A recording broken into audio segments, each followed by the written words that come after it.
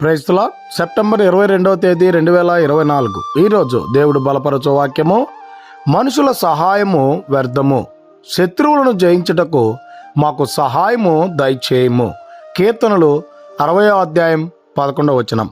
ప్రేమైనటువంటి దేవుని బిడ్డలారా, ఈ ఉదయకాల సమయంలో మనము ఈ లోకపరమైనటువంటి మనుషుల మీద ఆధారపడి వారేదో మనకి సహాయం చేస్తారని వారి మీద మనము నమ్మకం పెట్టుకునేటువంటి వారంగా ఉన్నాం. అయితే ఈ లోకపరమైనటువంటి మనుషుల సహాయము వ్యర్థము.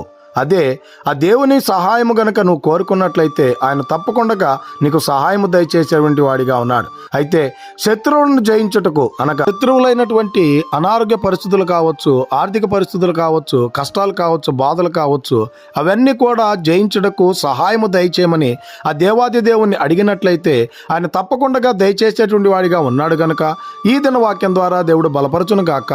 ఆమేన్.